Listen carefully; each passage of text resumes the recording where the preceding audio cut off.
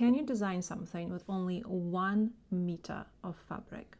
I personally love ordering those 1 last meter cuts. They're very seldomly just 1 meter. We run a fabric shop ourselves and we know how it works. 1 last meter is usually 1.2, 1.4 meters. The last cut usually goes to the customer in full. This, for example, is super fine, very luxurious wool. And I bought this thinking that this could be a skirt, but I didn't expect it to be so soft and so drapey. This is a shirt. What I have is 1 meter and 20 centimeters of tartan fabric, and it could be tricky. All those lines need to meet in the side seams, otherwise it will look messy. But I love a challenge, so let's see if we can make this work. And if you're new here, my name is Lisa Bennett. I'm co-founder of Studio Arkdefo, designer and educator. And we teach women how to work with their individual measurements and create clothes that will make them feel good and look good. We run online clothes making school and a desktop fabric shop, and this channel is less educational but more inspirational, I hope. Here I'm sharing my personal behind-the-scenes process, how I come up with design ideas, make mistakes and learn from them. So let's design a shirt. I always make shirts with at least 20 centimeters ease, nothing too tight. I personally would love to make them even bigger, more oversized, more volume.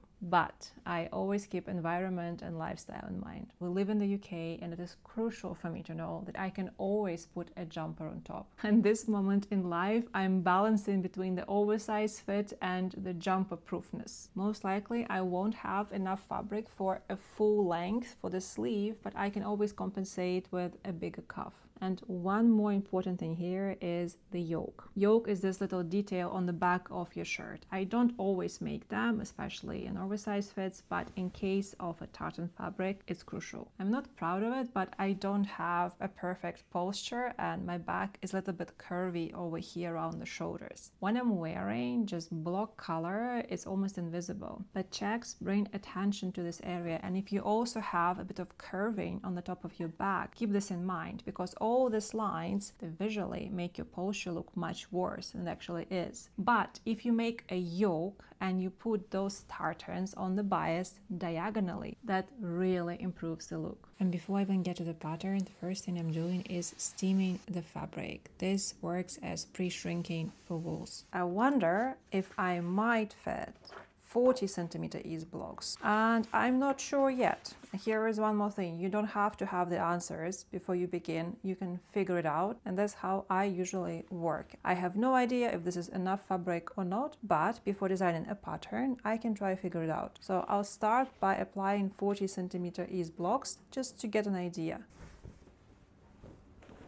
As I lay out my fabric, just to see what's going on, I want to find a couple of things. I want to find the length of my shirt. For this, at the bottom, I find horizontal line. This is my grain direction, yeah? And I just mark 20 centimeters with my hand. I'm not measuring anything just yet. I'm just getting a rough idea. Learn your body's measurements. They come in super handy. Like, I know that from here to here is about 20 centimeters, and it's super helpful when getting ideas like that. I can mark from the bottom 20 centimeters. This is the base minimum for my shirt length. And now, for example, this line becomes my waistline, so I can roughly see where I'm going. And a well-made tartan shirt will have continuous lines. So I need to decide which line I would like for my center front, orange or this darker blue. I think I'm going for the darker blue because the darker color feels a bit more overpowering, so I'll make this the focus one. So I'll have this, for example, for my front. And now, to allow for the overlap, I'm skipping one orange line and moving back to the blue on the other side. So I'm losing this part so that I can have this half and this half for the button stand, and together, when they match, they will come back to the perfect pattern. So that's the plan. And now I can see that I don't even have to measure anything. I can see, same waistline, that there is plenty for the back. And then I can decide, okay, maybe this line is in the middle of the back. So I align it here, flip it, and it fits. Now I need to find out what's the deal with the sleeves. And before I move the fabric, I can mark this horizontal line over here. All the rest on the other side can be used for the sleeves. So let's see if I have enough. And right now I'm not trying to align anything. I just need to see what's potential for example, something like that. What do I have? I have a little under 50 centimeters. Once I add the cuff, I will have my perfect sleeve. Now just need to make a pattern. And now I get my blocks and very quickly make a pattern, starting with the sleeve. And in terms of the length, I'll just cut this piece out and I'll decide on the length on the fabric after I cut out my main details. Now I go to the back. This is my original waistline, and here is a side seam dart, because here would have been the straight line. But I don't want my shirt to be taken in. I want the opposite. I want an A-line. So what I do, I move the other side a couple of centimeters and extend the line from the armpit. And then remember how I use this measurement on the fabric, which is about 20 centimeters. This is exactly how long I'll make my shirt. From the waistline down, I'm marking extra 20. I'll first draw the line straight, but most likely I'll want to curve it in, something like that. And then I'll measure the length of the side seam to compare with the front. I forgot about the yoke, and I think I'll do something like this. And now to the front. First thing I do, I just mark the button stand. I'm not sure yet how wide I'm going to make it. I will decide on the fabric as I'm cutting it. Same story here with the dart. I don't want a dart. I want to extend my waistline to the side and draw an A-line side seam, which was 31 centimeters on the back. So they need to match for the curve here. I can make maybe a bit shorter on the front, 18 in the front. All of these decisions, this is not an instructions book. This is just how I feel during the design process. These are not set in stone numbers. This is just how I decide to make it today. I'm not sure if I'm loving this curve. This is where my side seam needs to meet with the side seam of the back, but I don't like the curve. Maybe something like this. That's it. You're in charge. You decide how you want your garment to be. Usually we draw the button stand, and then there is also fold, so it can often repeat the shape of the neckline. And I'm not sure about button stand yet. So what I will do, I will just in case cut a little bit more up, so when I turn it in, there's extra fabric. And now I want to make a button for my collar. So what I want to do, I want to measure the length of my neckline. This is the front before the button stand, and this is the center back, which is exactly what I need. I didn't change neckline on my pattern, so I just put the tape measure on the rib and measure it. It comes to 21.5 centimeters. So 1/2 of my neckline is 21.5 centimeters. I will need two pieces. First, the stand and a little curve. This is center back here. Then right away, don't want a very big collar, maybe like this. Just a little bit to the side. Okay. And that second part of the collar, this is also center back. And I'm not making patterns for cuffs. I'll just cut rectangular shapes later. And that's it. Now it's time to cut the fabric. Okay, so I did one more thing off camera. I added seam allowances to every pattern. I usually don't draw seam allowances on the pattern. I do it straight away on the fabric. But in this case, because the fabric is complicated, it's very busy, and it's tartans and it needs to be aligned, I just added seam allowances here. Here, for example, on the sleeve, I wasn't sure how long I wanted to have, so I gave myself two options. And I might even make it shorter if I have to, depending on the fabric. But I have an option for 50 centimeter sleeve and 55. It could be anything in between. And same goes for the sleeve slit. If the sleeve is a bit shorter, I'll make it a little bit shorter. And if it's longer, I could make it a bit longer. And this is not about right or wrong way. This is just about personal preferences. If you love drawing seam allowances on the pattern, great. If you don't and you just do it on the fabric, also great. Whatever works for you. So remember, I wanted this darker line as my center front somewhere. And the best way to align it is this edge of the button stand goes all the way to the side, like this. That works. There are these three vertical lines, the orange lines, and I will try and align my actual center front, this one, with the middle of that. But see, the fabric moves a little bit, so I really need to make sure that my pattern is straight. And now I don't need my paper pattern anymore. I'll use this as a pattern. So just carefully align every single line.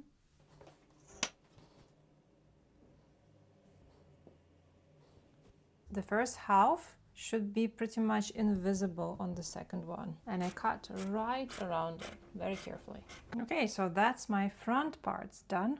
Now to the back. What is important is that I align my back with the front, the side seam. Okay, so my armhole is on this line, and then the end of my side seam is also on this line. So these are my guidance lines. And now I align it in the very, very middle. And now I only cut the outside of the pattern, and I don't cut the middle seam. It will be on the fold, but I will base the other half on this half. Make sure that the fabric doesn't move. I remove the paper pattern, and now I fold it to the other side with that center line in the middle, and I'll just go ahead and use clips to fold it in the middle. Yeah, so that's my middle marked, and now the same story. I just need to align all my lines on the other side. That's it, and now I cut the second half of my back. That's one half of the back done. I'm leaving small details like yokes and cuffs and collars till the very end because they're not as important as, for example, fitting a sleeve. And as for the sleeve pattern, the important bit is that we base it always start from the front, and that this line is matching this line right before this notch here. So I kind of roughly marked where the notch is. So I want to have my center sleeve along that blue line again, and then I want to have this orange underarm here. That works. That's a very good start, and we don't force the match on the back. The most important that this line matches this line. And now right away I'm gonna put a quick mark with the thread to remind myself where is the front. And now I do the same. I copy this sleeve same way as I copied the other halves. So I'm gonna have two identical sleeves. And same here, I quickly mark the front, and then I continue with the yoke and the collars. I want to position it on the bias, 45 degrees. But I want to find a nice, beautiful crossing. What's in the middle? This looks nice. Speaking of how wasteful is working with tartan, but look, here I have a better chance. Just about. I can get away with that. Or make an orange the center. Doesn't fit again. Here doesn't fit, right? Ideally I would need two pieces, but the inner one doesn't have to be on the bias, right? The inner one can be just as it is. So, and I also need collars, so that would be a bit of a jigsaw, but it will be fine. So most importantly, now I need to get this diagonal bit for the yoke and just a little bit reduce the seam allowance, but this way I'm saving a lot of fabric. Okay, this is doable. So same again, copy the half and then flip it same way as with the back. And in this case I want to quickly stitch the middle so I know where I am on each side. Just quick basting stitches to mark my middle line. Remove the paper pattern. Here is my middle and here is where I fold. This is always a bit tricky, but you can move the fabric to align it. Tricky doesn't mean not possible, means needs a bit more attention. This fabric is a bit difficult because it moves a lot, but at the same time it moves a lot, so you can actually align it nicely. There we go, and cut. Ta-da! That's the perfect yoke. This looks really nice. I don't think I have enough for another diagonal yoke, which is fine, and I will leave the second half of the yoke till the very end, because first I need to make sure that I have enough for the collar and for the cuffs. Now I start with the collar, and here is the thing. The most important part of the collar is this top bit, yeah, the fall of the collar. And it needs to be in one piece, at least on one side, because the stand can be made out of two pieces, we'll see. I'm not sure about the stand. I might make it a little bit smaller to make sure that it fits. But first I want to make this collar definitely in one piece, because this is the central piece of the shirt. It's right near my face. This is where attention is. And I go as low as possible. I'm really short on fabric now. And in this case, my only alignment is in the center. And I can do one more thing to save a little bit on the fabric. I can make a collar out of one piece, so I don't have the stitch in the middle. So in this case, I decide that, let's say this white line is my fold, and then I'll be folding it the same way there. Okay, so I first cut this way, and then this way. Now I can fold along this white line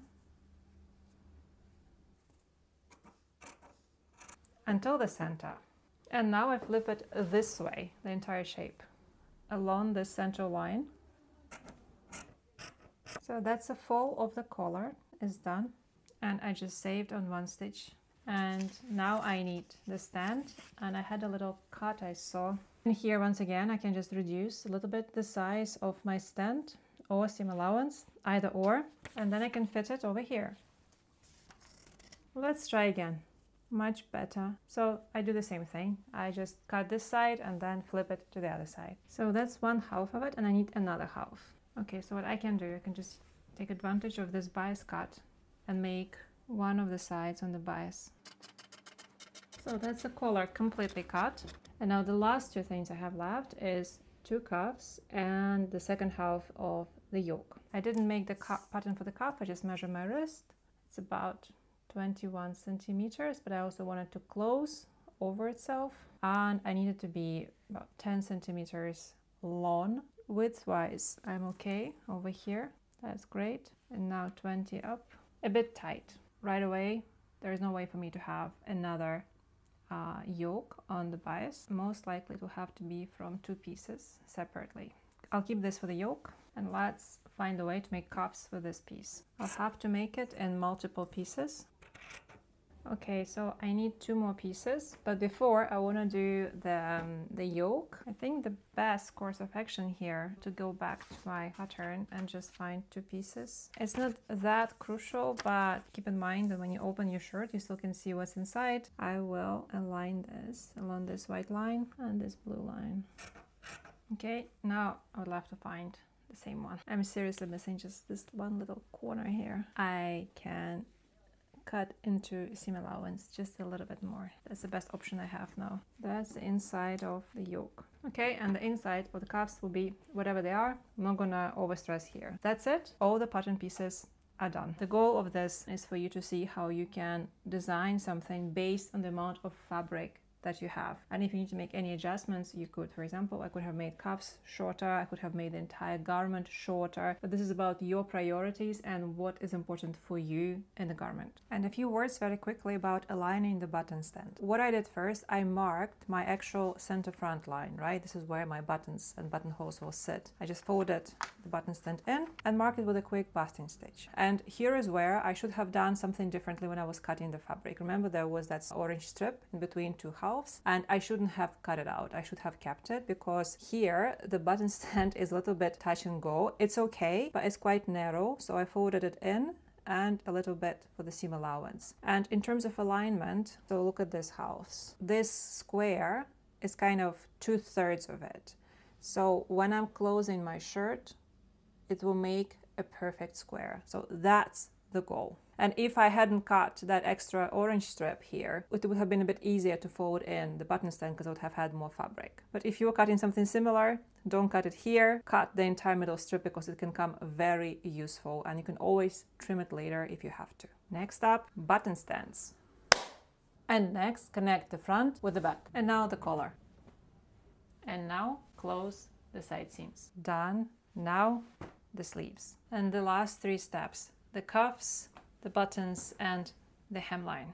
And it doesn't work. Technically, this should be a very good shirt. I don't love the design of it. It's way too short. I considered a few options. Maybe I could tie it like this on the front. That's great, but the idea for the shirt was to wear it in winter under jumpers. This is not a worker. Then second option was to button it up and put it inside the trousers. Don't see the length, and because it's shorter, it's actually easier to tuck it in. And I still don't like it. And the biggest issue, which I anticipated in the very beginning, is the sleeves. The sleeves are way too short. If I'm making a long sleeve anything for myself, it needs to be at least till the knuckles. Otherwise, I don't feel comfortable. Then, of course, there's another option to wear the shirts how I usually wear my shirts, with the sleeves rolled all the way up. And while this option is maybe a worker, overall there are too many things that I don't love about the shirt, therefore it's not a worker for me. On a scale from 1 to 10, for me personally, how I feel on it is probably 5. Right now I'm working on creating a really beautiful wardrobe for myself where every single garment is my favorite one, and this shirt